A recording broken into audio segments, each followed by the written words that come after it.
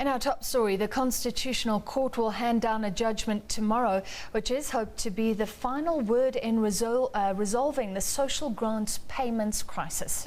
This as President Jacob Zuma has declined to take action against Social Development Minister Bathabile Dlamini for her role in the debacle. The President says that it would be premature and against the rule of law to fire Dlamini before the 1st of April, when the grant payments are due. Saying that only after that date could it be determined if she had failed in any of her duties. The President's first question and answer session this year, and notably his political nemesis, the EFF, was not present, but some MPs demanded the dismissal of Social Development Minister Bathabile Dlamini over the SASSA debacle. It's one thing if people raise the issue that, look, we are likely to get into trouble because we suspect that things might not be done, etc. But to act as if the first has come and pensioners' grants have not been given and therefore you must take action, I'm saying it's a funny democracy. But some opposition parties would have none of it. For almost 3 years, that Minister Bathabile Dlamini has defied the court. In fact, Chief Justice Mogoeng yesterday, without precluding the judgment, said she is incompetent, was the words he used. The issue is in front of the Constitutional Court, and the President says there's no problem and you cannot act at this stage.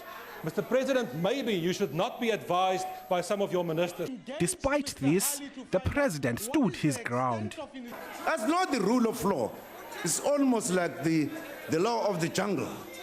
I get on to you as soon as I think you are almost, I suspect you are about to commit a crime.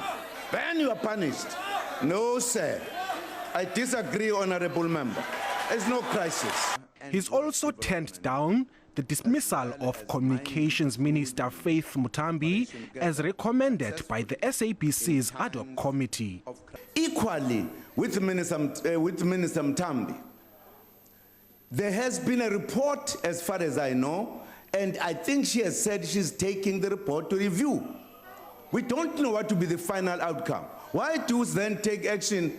And later in the session, he was also asked whether he would investigate the alleged illegal deductions suffered by social grant beneficiaries.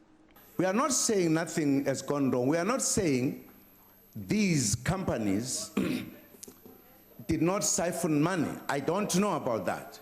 If you know, those are facts that we have got to support, to say these are the things that have happened and therefore we need investigation.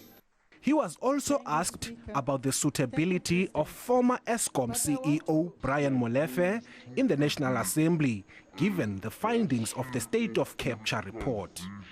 The presence of Mr. Molefe in this House does not diminish the dignity of this House. It doesn't in any way.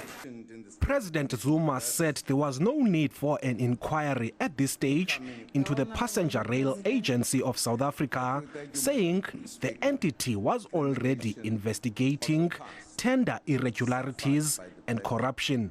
Ulelani Philip, SABC News, Parliament.